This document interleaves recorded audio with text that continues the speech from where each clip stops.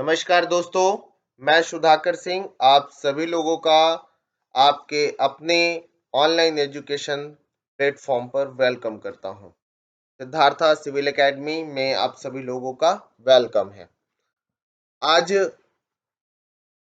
भूगोल और पर्यावरण के कुछ महत्वपूर्ण प्रश्नों को लेकर के मैं आया हूं।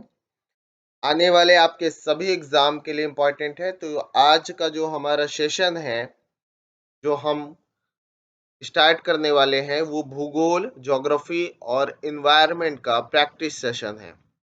भूगोल और पर्यावरण के कुछ महत्वपूर्ण प्रश्नों पर हम चर्चा करेंगे और उन प्रश्नों पर एक महत्वपूर्ण आंसर्स के साथ, विकल्प के साथ चीजों को देखेंगे। तो चलिए शुरुआत करते हैं। आज का महत्वपूर्ण सेशन जो आपका संबंधित है भूगोल और पर्यावरण से संबंधित, ठीक है।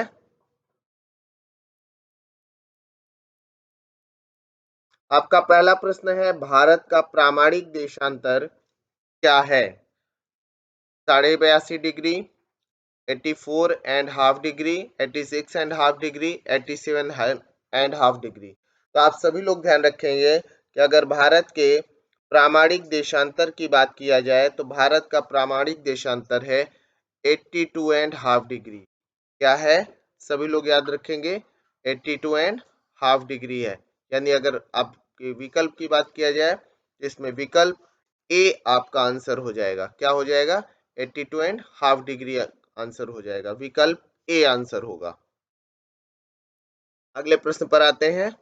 साथ में एक चीज और ध्यान रखिएगा आप सभी लोग कि अगर हम 82.5 डिग्री की बात करते हैं, 82.5 डिग्री की बात करते हैं, तो आपका जो 82.5 डिग्री की रेखा है, यह ग्रीनविच मीन टाइम के रूप में भी जानी जाती है। 0 डिग्री रेखा है जिसे ग्रीनविच मीन रेखा भी कहते हैं, जीएमटी लाइन भी कहते हैं। यह ब्रिटेन के ग्रीनविच नामक वेधशाला से गुजरती है, प्रयोगशाला से गुजरती है। ये भी आप ध्यान रखेंगे। इसी के आधार पर विश्व में समय का मापन किया जाता है। अगले प्रश्न पर आते हैं। आपका अगला प्रश्न है, हिमालय का विस्तार अराकानियोमा कहाँ स्थित है? अगला प्रश्न है आपका, हिमालय का विस्तार अराकानियोमा श्रेणी कहाँ पर स्थित है? ठीक है। तो अगर हम अराकानियोमा की बात करते हैं कि अराकानियोमा श्रेणी कहाँ पर है, आपके ऑप्शन है बलूचिस्तान, म्यांमार, नेपाल, कश्मीर। तो सभी लोग ध्यान रखेंगे कि यह नेपाल में है। कहाँ है? नेपाल में है। जब हिमालय जम्मू कश्मीर से लेकर के आपके अरुणाचल प्रदेश तक फैली हुई है, अगर बात करें तो अरुणाचल में यह सिंटैक्सियल बैंड बनाते हुए इस प्रकार से मुड़ जाती है और म्यांमार में जाती है, जहां इसे अराकानियोमा श्रेणी के नाम से जानते हैं। किस नाम से जानते हैं? अराकानियोमा श्रेणी के नाम से जानते हैं, याद रखिएगा। और इसी का दक्षिणी विस्तार है जो अंडमान निकोबार में द्वीप के रूप में आपका उभरा हुआ है। यानी अंडमान निकोबार द्वीप भी इसी का अगला विस्तार है। ध्यान रखेंगे, अंडमान निकोबार क्या है? इसका अगला विस्तार है। अगला प्रश्न देखते हैं।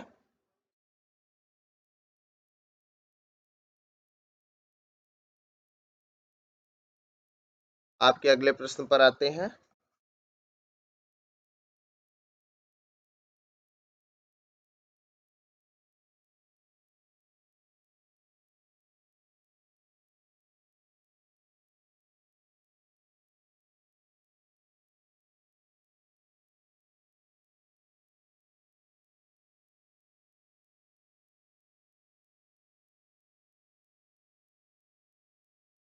आपका अगला प्रश्न है, कावेरी नदी का अंत कहाँ होता है? कावेरी नदी का अंत कहाँ पर होता है? आपके ऑप्शन है अरब सागर, बंगाल की खाड़ी, हिंद महासागर या कच्छ की खाड़ी।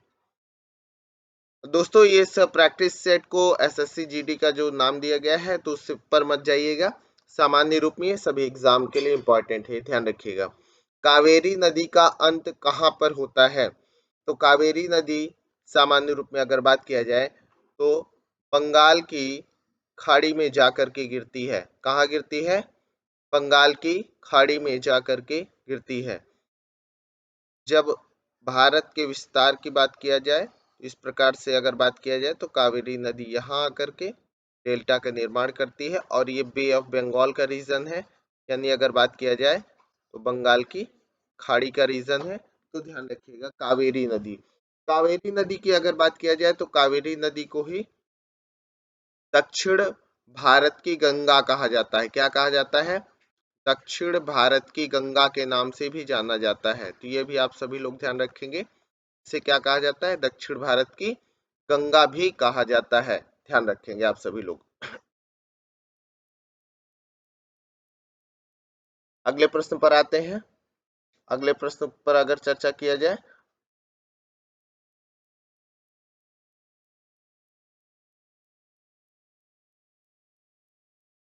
अगला प्रश्न है आपका, विश्व पर्यावरण दिवस कब मनाया जाता है? विश्व पर्यावरण दिवस कब मनाया जाता है? आप सभी लोग याद रखेंगे, ये आपके ऑप्शन है 5 जून, 11 जुलाई, 3 अक्टूबर, 24 सितंबर। तो 5 जून को विश्व पर्यावरण दिवस मनाया जाता है। कब मनाया जाता है? तो आप सभी लोग याद रखिएगा, विश्व पर्यावरण दिवस प्रत्येक वर्ष 5 जून को मनाया जाता है। अगला प्रश्न है आपका, गल्फ स्ट्रीम क्या है? गल्फ स्ट्रीम क्या है? एक नदी है, समुद्री धारा है, हवा है, कुआं है। तो गल्फ स्ट्रीम की अगर बात किया जाए तो यह एक प्रकार की समुद्री जलधारा है। क्या है? समुद्री जलधारा है। सभी लोग ध्यान रखेंगे। जब हम उत्तरी अमेरिका पढ़ते हैं तो उत्तरी अमेरिका में आप देखेंगे किस प्रकार से आपका जो रीजन बना हुआ है गल्फ ऑफ मैक्सिको का, तो ये इसी से संबंधित है आपकी गल्फ स्ट्रीम। एक प्रकार की समुद्री जलधारा है जो यहाँ प्रवाहित होती है कैरिबियन सागर और इधर अटलांटिक महासागर के रीजन में। तो गल्फ स्ट्रीम का संबंध इसी से है। सभी लोग ध्यान रखेंगे, एक प्रकार की समुद्री जलधारा है। अगला प्रश्न है आपका, किस ग्रह का कोई भी उपग्रह नहीं है? निम्न में से किस ग्रह का कोई भी उपग्रह नहीं है? मंगल, वरुण, प्लूटो, बुध। तो अगर बात किया जाए आपके ग्रहों की, तो मरकरी हो गया, मरकरी के बाद वीनस हो गया, फिर अर्थ हो गया, अर्थ के बाद मार्स हो गया, ठीक है, जुपिटर हो गया, सैटर्न हो गया, सैटर्न के बाद यूरेनस, नेपच्यून और प्लूटो। तो इसमें अगर बात किया जाए तो शुरुआत के 2 ग्रह ऐसे हैं, यानी मरकरी और वीनस, बुध और शुक्र। कौन कौन से? बुध और शुक्र, जिनके पास आपको याद रखना है कोई भी उपग्रह नहीं है, यानी बुध और शुक्र के पास कोई भी उपग्रह नहीं है, यानी प्राकृतिक उपग्रह इनके पास नहीं है। तो ये आप ध्यान रखेंगे, ठीक है। तो इसमें आप ऑप्शन देखेंगे तो बुध इसका आंसर हो जाएगा। क्या हो जाएगा? बुध इसका आंसर हो जाएगा। तो सभी लोग ध्यान रखिएगा कि बुध के पास कोई भी उपग्रह नहीं है। अगले प्रश्न पर आते हैं। आपका अगला प्रश्न देखते हैं। अगला प्रश्न है कौन सी नदी डेल्टा नहीं बनाती है? निम्न में से कौन सी नदी है जो डेल्टा नहीं बनाती है?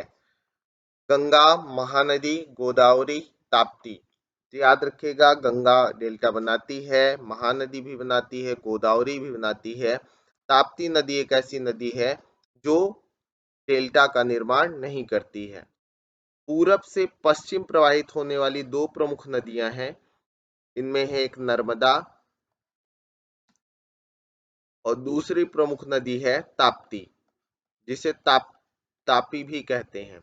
तो नर्मदा और तापी ये पूरब से पश्चिम बहने वाली प्रमुख नदियां हैं, खास करके प्रायद्वीपीय भारत या दक्षिण भारत की, जो डेल्टा नहीं बनाती हैं, एस्चुअरी का निर्माण करती हैं। क्या बनाती हैं? एस्चुरी या एस्चुअरी का निर्माण करती हैं। तो आप सभी लोग यह भी ध्यान रखिएगा कि ये एस्चुअरी बनाने वाली नदियां हैं। तो इनमें से कौन सी नदी डेल्टा नहीं बनाती है? ताप्ती नदी डेल्टा का निर्माण नहीं करती है। सभी लोग याद रखेंगे। अगले प्रश्न पर आते हैं।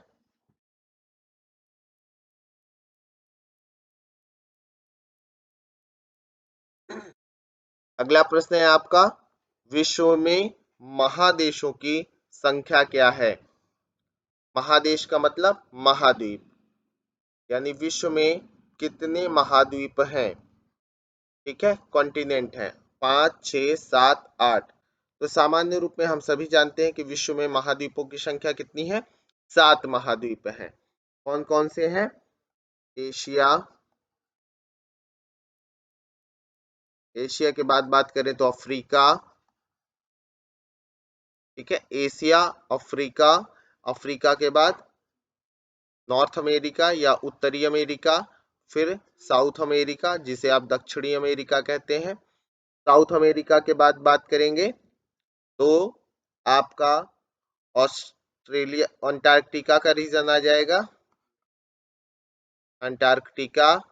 अंटार्कटिका के बाद अगर बात कर रहे हैं तो यूरोप का रीजन आ जाएगा, यूरोप, फिर ऑस्ट्रेलिया, यानी आपके कुल महाद्वीपों की संख्या हुई 2, 3, 4, 5, 6 एंड 7। ऑस्ट्रेलिया को सामान्य रूप में याद रखिएगा ओशेनिया कहा जाता है। क्या कहा जाता है? ऑस्ट्रेलिया महाद्वीप को अब क्या कहा जाता है? ओशेनिया कहा जाता है। लेकिन हाल फिलहाल में एक 8वां महाद्वीप चर्चा में रहा है, जिसे आप सभी लोग ध्यान रखेंगे, उसे हम जीलैंडिया कहते हैं। क्या कहते हैं? जीलैंडिया। तो जीलैंडिया 8वां महाद्वीप आने वाले भविष्य में होगा। हाल फिलहाल में हम संख्या 7 मानेंगे, लेकिन 8वां महाद्वीप का नाम जरूर याद रखिएगा, जीलैंडिया।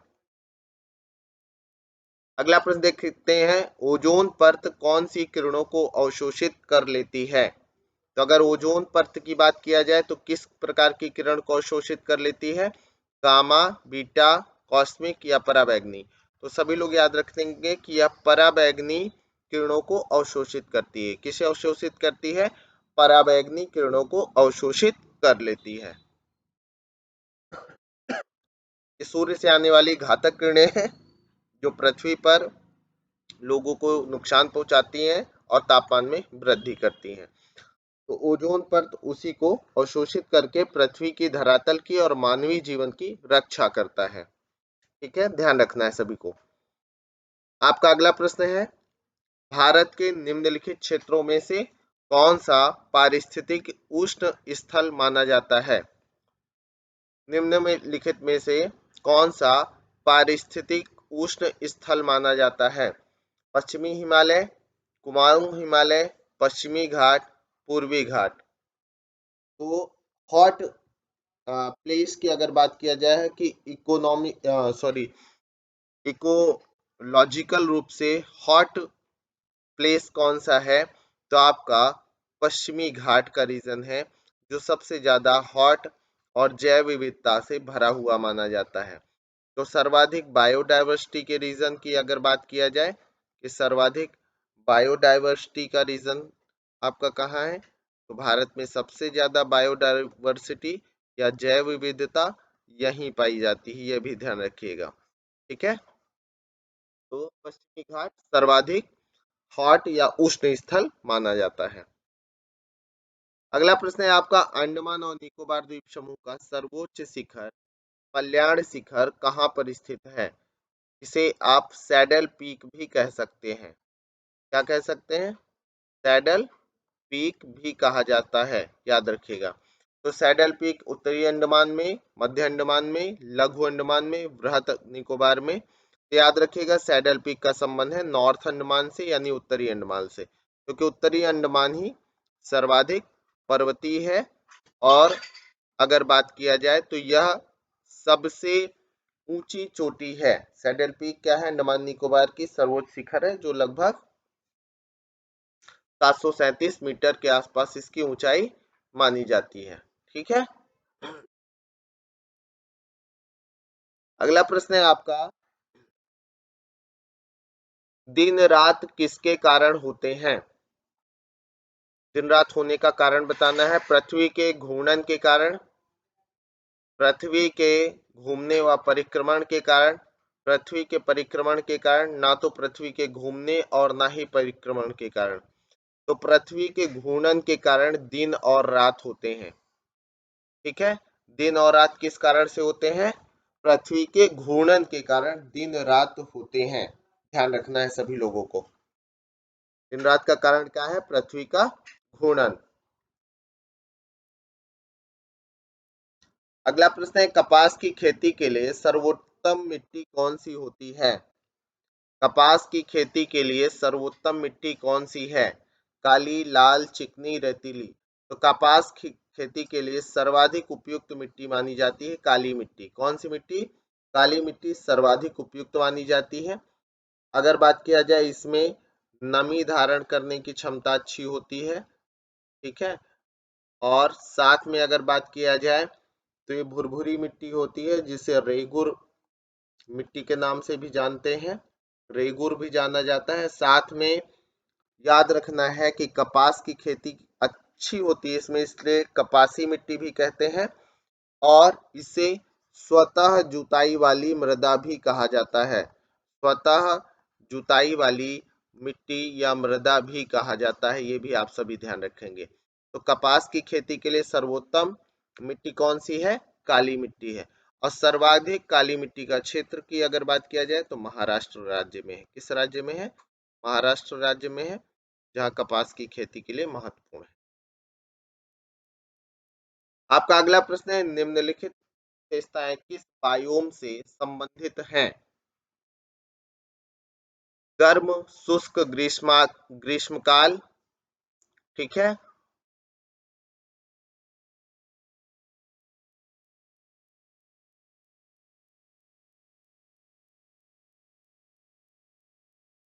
गर्म शुष्क ग्रीष्मकाल।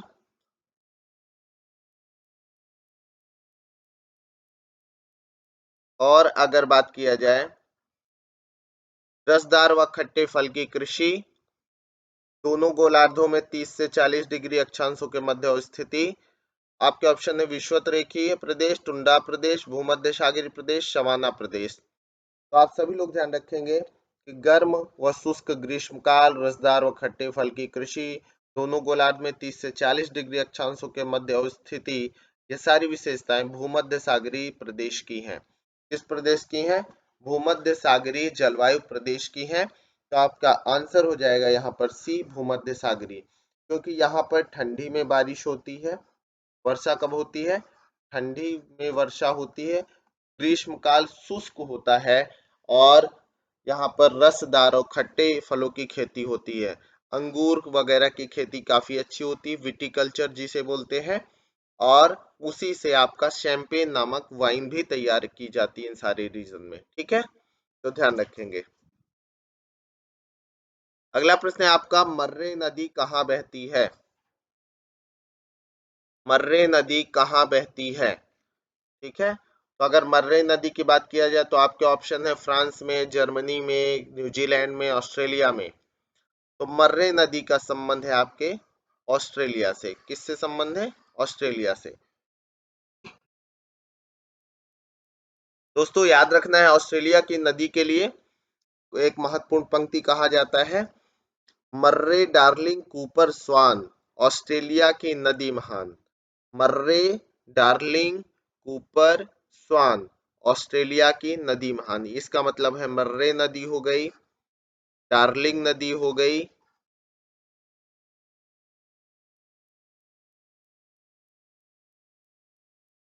मर्रे डार्लिंग कूपर और स्वान, ये सारी नदियां आपके ऑस्ट्रेलिया से संबंधित हैं। ध्यान रखिएगा। अगला प्रश्न है आपका, निम्नलिखित में से कौन सा से संगठन पक्षियों व उनके आवासों तथा वैश्विक जैव विविधता के संरक्षण से संबंधित है? ऑप्शन है आपका विश्व प्रकृति निधि, wild life international, sites, traffic. दोस्तों अगर आप देख रहे हैं तो आप साथ के साथ कमेंट बॉक्स में आंसर भी दे सकते हैं, उसका उसका भी लाभ उठा सकते हैं, आपका रिवीजन होगा। तो कौन सा संगठन है जो पक्षियों व उनके आवासों तथा वैश्विक जैव विविधता के संरक्षण से संबंधित है? तो सभी लोग याद रखेंगे, वाइल्ड लाइफ इंटरनेशनल। तो आप सभी लोग ध्यान रखेंगे कि इसका आंसर कौन सा हो जाएगा। आपका आंसर हो जाएगा bird life international. Bird life international क्या है? आपके पक्षियों व उनके आवासों तथा वैश्विक जैव विविधता के संरक्षण से संबंधित है। आपका अगला प्रश्न है, शिव समुद्रम पनबिजली परियोजना किस नदी पर स्थित है? शिव समुद्रम पनबिजली परियोजना किस नदी पर स्थित है? आपके ऑप्शन है कृष्णा, नर्मदा, कावेरी या महानदी। तो सभी लोग याद रखिएगा, अगर हम शिव समुद्रम पनबिजली परियोजना की बात करें तो सामान्य रूप में यह आपके दक्षिण भारत में स्थित है। और दक्षिण भारत में भी अगर बात किया जाए तो काफी महत्वपूर्ण है, एक सिंचाई परियोजना भी है। सिंचाई परियोजना के साथ साथ उन सारे रीजन में काफी ज्यादा महत्वपूर्ण है और इसका संबंध है आपके कावेरी नदी से। किससे संबंधित है? कावेरी नदी से संबंधित है। ध्यान रखना है आप सभी लोगों को।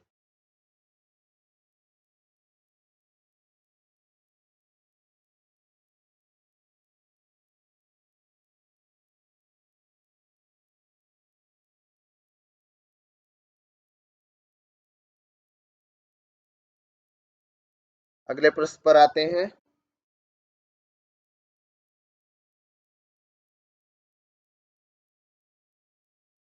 ठीक है दोस्तों, तो आप सभी लोग क्या ध्यान रखेंगे कि जब शिव समुद्रम परियोजना की बात किया जाए तो शिव समुद्रम परियोजना आपके कावेरी नदी से संबंधित है और यह जल विद्युत ऊर्जा के उत्पादन के लिए काफी ज्यादा महत्वपूर्ण है। प्रथम परियोजना के रूप में भी इसे जल विद्युत की प्रथम परियोजना भी कहा जाता है। तो ये सारी चीजें आप ध्यान रखेंगे। अगला प्रश्न देखते हैं। आपका अगला प्रश्न है, दक्षिण भारत की गंगा किस नदी को कहा जाता है? दक्षिण भारत की गंगा किस नदी को कहा जाता है? कृष्णा को, कावेरी को, तुंगभद्रा को, गोदावरी को? तो अभी हाल फिलहाल पीछे चर्चा हुई थी कि कावेरी नदी को ही दक्षिण भारत की गंगा कहा जाता है। क्या कहा जाता है? कावेरी नदी को दक्षिण भारत की गंगा कहा जाता है। क्यों कहा जाता है? क्योंकि इस नदी पर वर्ष भर पानी उपलब्ध रहता है। वर्ष भर वर्ष भर पानी उपलब्ध रहता है अगर बात किया जाए तो। और इसी कारण से यह सदा नीरा नदी है। क्या है? सदा नीरा नदी है। तो ये भी ध्यान रखिएगा। अब इसे वर्ष भर पानी क्यों मिलता है? क्योंकि दक्षिण भारत की ज्यादातर नदियां वर्षा पर आधारित हैं। इस नदी को लौटते हुए मानसून से भी पानी मिल जाता है। इस कारण से कावेरी नदी में पूरे वर्ष भर पानी उपलब्ध रहता है। तो सभी लोग ध्यान रखेंगे। अगला प्रश्न है आपका, हजार झीलों की भूमि किस देश को कहा जाता है? तो अगर हजार झीलों के भूमि की बात किया जाए, आपका ऑप्शन है फिनलैंड, फिलीपींस, नॉर्वे, कनाडा। तो सभी लोग याद रखिएगा कि फिनलैंड को हजार झीलों की भूमि कहा जाता है। थाउजेंड लेक्स कंट्री के रूप में इसे जाना जाता है। फिनलैंड की बात किया जाए तो यूरोप का देश है। नॉर्वे, नॉर्वे के बाद स्वीडन और स्वीडन के बाद फिनलैंड का क्षेत्र आता है। ठीक है, तो याद रखिएगा यूरोप का ये इस प्रकार से देश है। ठीक है, ध्यान रखेंगे आप सभी लोग। सारे के सारे आर्कटिक से जुड़े हुए देश हैं। अगला प्रश्न है आपका, भारत में हरित क्रांति की शुरुआत कब की हुई थी? भारत में हरित क्रांति की शुरुआत की अगर बात की 64-65 ऑप्शन, 63-64, 66-67, 72-73। तो 66-67 में भारत में हरित क्रांति की शुरुआत की गई थी। कब की गई थी? 1966 और 67 में इसकी शुरुआत किया गया था। 1966 और 67 में शुरुआत की अगर बात किया जाए तो इस समय भारत में हरित क्रांति की शुरुआत करने का श्रेय जाता है डॉक्टर एम एस स्वामीनाथन जी को। किसे जाता है? एम एस स्वामीनाथन जी को जाता है, जो भारत के कृषि वैज्ञानिक के रूप में भी जाने जा सकते हैं। और इन्होंने भारत में हरित क्रांति की शुरुआत की इसलिए इन्हें भारतीय हरित क्रांति का पिता भी कहा जाता है, जनक भी कहा जाता है। सामान्य रूप में इन्होंने मैक्सिको से लाए गए उच्च किस्म के बीजों का प्रयोग किया था। हाई यील्डिंग सीड्स, उच्च वरीयता वाले बीजों का प्रयोग किया था, जिसके आधार पे भारत में हरित क्रांति की शुरुआत हुई थी। भारत में हरित क्रांति की शुरुआत के पीछे अगर बच्चों कारण माना जाए तो याद रखिएगा, इसमें गेहूं की फसल को लाभ हुआ था और चावल की फसल को लाभ हुआ था सबसे शुरुआत में। और क्षेत्र में पश्चिमी उत्तर प्रदेश, पंजाब, हरियाणा और राजस्थान के 2 जिले गंगानगर और हनुमानगढ़ जिलों को शुरुआत में प्रयोग के रूप में आधार बनाया गया था। वर्तमान में एक तरीके से तृतीय हरित क्रांति चल रही है, जिसमें ऑर्गेनिक के साथ साथ हर प्रकार के अनाजों को भी शामिल किया जा सका है, और एक नई पहल है आपके जैविक कृषि की। अगला प्रश्न है आपका, किलिमंजारो पर्वत शिखर किस देश से में स्थित है? किलिमंजारो पर्वत शिखर किस देश में है? तंजानिया में, कांगो में, मिस्र में, कीनिया में। तो सामान्य रूप में बात किया जाए तो ये कीनिया और तंजानिया के बॉर्डर पर दिखता है, लेकिन हम कीनिया मान के चलेंगे। ठीक है, तो इसका आंसर हो जाएगा कीनिया। किलिमंजारो पर्वत शिखर किस देश में है? कीनिया में है। और कीनिया कहाँ है? अफ्रीका महाद्वीप में है, ध्यान रखिएगा। अफ्रीका महाद्वीप की सबसे ऊंची चोटी है किलिमंजारो। पहले ज्वालामुखी पर्वत श्रृंखला थी, अब मृत है, एक तरीके से कहा जा सकता है। अगला प्रश्न, स्थानीय पवन का कौन सा एक उदाहरण है? यानी निम्न में से कौन सी पवन है जो स्थानीय पवन के रूप में जानी जा सकती है?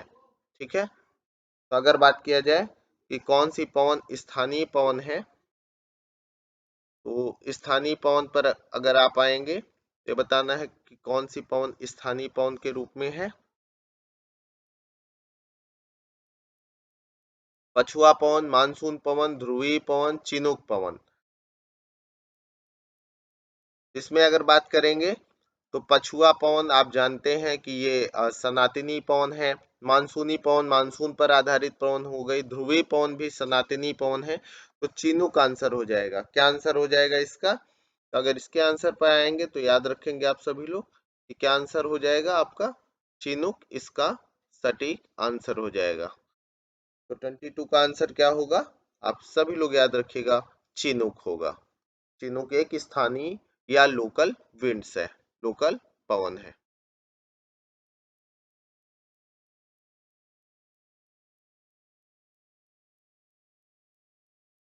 इसका आंसर हो जाएगा डी।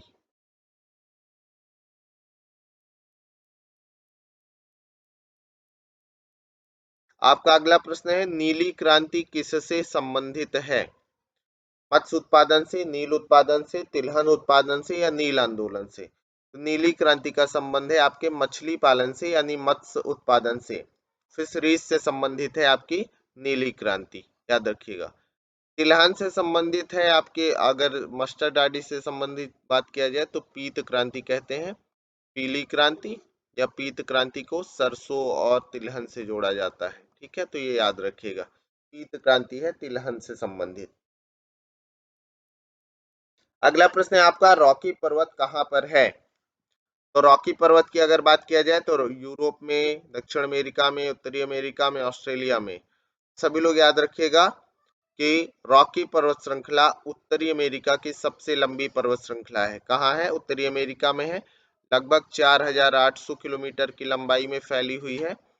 इसके फैलने की दिशा अगर बात किया जाए तो आप सभी लोग याद रखेंगे कि यह कनाडा और कनाडा में है और यूएसए में है। कनाडा यूएसए दोनों जगहों पर फैली हुई है, महत्वपूर्ण पर्वत श्रृंखला है।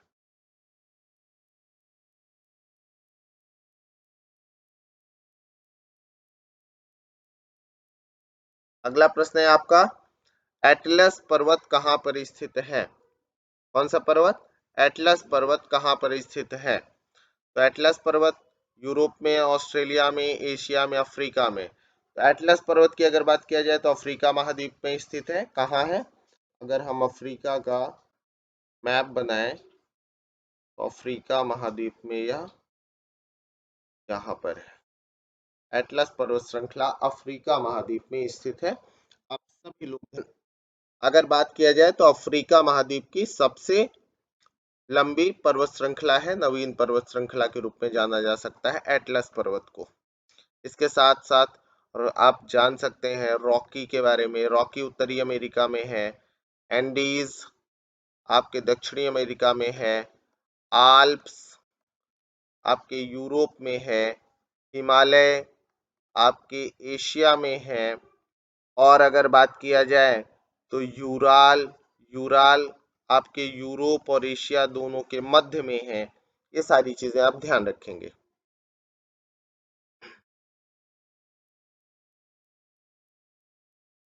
अगला प्रश्न है, उगते हुए सूर्य की भूमि किसे कहा जाता है?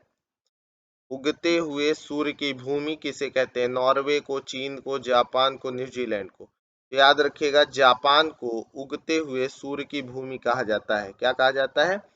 उगते हुए सूर्य की भूमि। क्योंकि अगर हम पृथ्वी मानचित्र देखें, विश्व का मानचित्र, तो पूर्व में सबसे ज्यादा हमारे जापान है और सबसे पहले सूर्य का प्रकाश यहीं पड़ेगा, इसलिए जापान को उगते हुए सूर्य की भूमि कहा जाता है। ठीक है, ध्यान रखना है। अगला प्रश्न है आपका, सबसे लंबी नदी कौन सी है? विश्व की सबसे लंबी नदी कौन सी है? नील, अमेजन, मर्रे, मिसौरी? तो सभी लोग जानते हैं विश्व की सबसे लंबी नदी कौन सी है? नील नदी है। किस महाद्वीप में बहती है या प्रवाहित होती है? तो यह अफ्रीका महाद्वीप की महत्वपूर्ण नदी है। कहाँ की? अफ्रीका महाद्वीप की महत्वपूर्ण नदी है। साथ में आप सभी लोग ध्यान रखेंगे कि अफ्रीका महाद्वीप में तो है ही, यह विक्टोरिया लेक से निकलती है। किस लेक से निकलती है? विक्टोरिया लेक से निकलती है। ठीक है, और भूमध्य सागर में जाकर के समाप्त होती है। लगभग 7000 किलोमीटर लंबाई है इसकी। अगले प्रश्न पर आते हैं। आपका अगला प्रश्न देखते हैं। आपका अगला प्रश्न है, फ्यूजीयामा ज्वालामुखी किस देश में है? तो फ्यूजीयामा ज्वालामुखी की अगर बात किया जाए तो आप यह सभी लोग याद रखिएगा, यह जापान में है। कहाँ है फ्यूजीयामा ज्वालामुखी? जापान में है। जापान का एक सक्रिय ज्वालामुखी पर्वत माना जाता है इसे। अगला प्रश्न, भारत का क्षेत्रफल कितने वर्ग किलोमीटर का है? तो भारत के अगर क्षेत्रफल की बात किया जाए तो 32,87,263 वर्ग किलोमीटर है। 32,87,263 वर्ग किलोमीटर है भारत का क्षेत्रफल। के अलावा पूरब पश्चिम विस्तार और उत्तर दक्षिण विस्तार की अगर बात करें तो पूरब पश्चिम विस्तार की बात करें तो 29-33 किलोमीटर है, और उत्तर दक्षिण विस्तार की बात करें तो 32-14 किलोमीटर है उत्तर दक्षिण विस्तार। ये भी आप ध्यान रखेंगे। अगले प्रश्न पर आते हैं। अगला प्रश्न है, भारत में मीठे जल की सबसे बड़ी झील कौन सी है? तो भारत में मीठे जल की सबसे बड़ी झील की अगर बात किया जाए, ऑप्शन चिल्का, सांभर, वूलर, डल। तो वूलर झील भारत की सबसे बड़ी मीठे पानी की झील है। ठीक है, चिल्का झील लैगून झील है इसलिए खारा पानी है, सांभर झील खारा पानी है, ध्यान रखिएगा। डल झील जम्मू कश्मीर में है, छोटी झील है। तो वूलर झील मीठे पानी की भारत की सबसे बड़ी झील है। तो दोस्तों, ये आज के कुछ महत्वपूर्ण प्रश्नों पर एक चर्चा रही। आपके भूगोल और पर्यावरण से संबंधित एक प्रैक्टिस सेट रहा। इसी के साथ वीडियो को शेयर जरूर कर दीजिएगा, लाइक करिए, कमेंट बॉक्स में कमेंट करिए। साथ ही आप सभी लोग चैनल से जुड़ने के लिए चैनल को सब्सक्राइब करें और बेल आइकन जरूर क्लिक करें, जिससे अगले वीडियो का नोटिफिकेशन मिल सके। तो जल्दी ही शीघ्र मिलते हैं। Have a good day, good luck, bye bye दोस्तों।